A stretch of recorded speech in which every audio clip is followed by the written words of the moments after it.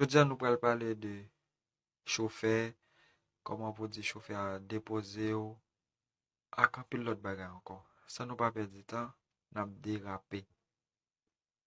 Chauffeur, chauffeur, ok, qui signifie chauffeur. Pasajero, pasajero, qui signifie passager, pasajero. Asiento, asiento, qui signifie place.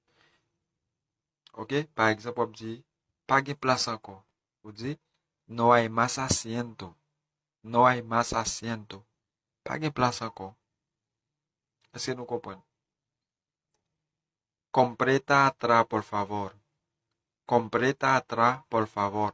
Ok, le chauffeur a dit ça, ça veut dire complétez derrière, s'il vous plaît. Ok, par exemple, l'homme de bus, si bus yo, le plus souvent, il prend 4 moun. Ok, il doit avoir 3 moun. Et puis, l'autre moun vient monter. Chauffeur a dit complétez derrière, s'il vous plaît. Il dit completa atrás, por favor. Completa atrás, por favor. Complétez derrière, s'il vous plaît. La guagua está lleno. La guagua está lleno. Machine nan full ou bien machine nan plein. Ok? La guagua está lleno. Machine nan plein. Arregra tu pied. Arregra tu pied. Range pied. Ok? Range pied. Wap di moun nan range pied di arregra tu pied. Venga adelante. Venga adelante. Vin devant. Venga adelante. Mais Saint-Domingue, wap plis tande ou di venga adelante. Venga adelante. Venga adelante. Vin devant. Permiso. Ok? C'est comme ça, on demande permission. On va dire, excusez-moi. Ok? Par exemple, tu es chita derrière, on va descendre machine, non, monde qui devant là, on dit permiso. On dit, excusez-moi, bon passer. Permiso. Si on va descendre machine, on dit, déjame chofer. Déjame chofer. Ok? Déposez-moi chauffeur. Déjame chofer. Ou bien on dit tout, déjame donde pueda chofer. Déjame donde pueda chofer. Déjame donde pueda chofer. Ok? Déposez-moi côté capable chauffer. Déposez-moi côté capable chauffer. Ok? Tout ça, c'est façon pour dire chauffer à ou descendre.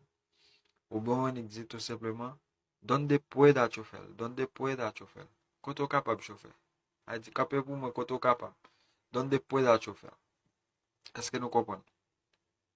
L'autre façon qu'a dit chauffer à capable pour encore ou descendre, on doit dire, me quedo chofer. Me quedo aquí chofer. Me quedo aquí chofer. Ok? M'apprête là chauffeur. Et puis chauffeur a campé pour. Me quedo aquí chauffeur. M'apprête là chauffeur. Ok. No me mires. No arranques, chofer. Me voy a desmontar. Chofer, ¿cuánto me cobras hasta la Duarte? Déjame mostrarte mi documento. Devuélveme mi documento, señor. Tenga la amabilidad de devolverme mi documento. Quelques phrases importantes en espagnol. No quizá me aider. En qué te puedo ayudar? En qué te puedo ayudar? Ou besoin yon bagay? Necesitas algo? Necesitas algo? Quizá ou besoin? ¿Qué necesitas? ¿Qué necesitas? Combien ou besoin? ¿Cuánto quieres? ¿Cuánto quieres? Combien ou te mandé? ¿Cuánto pediste? ¿Cuánto pediste? ¿A qué ¿A qué hora? ¿A qué hora? Combien lié? ¿Cuánto es? ¿Cuánto es? Bon mueli. Dámelo. Dámelo. Quítel. Déjalo. Déjalo. Muy pa' acá. No puedo. No puedo. Muy pa' con ça pour me faire. No sé qué hacer. No sé qué hacer. Si nous mettons vidéo ça, ou pas oublier suivre, partager vidéo, quitter un commentaire, et puis n'après dans l'autre vidéo encore.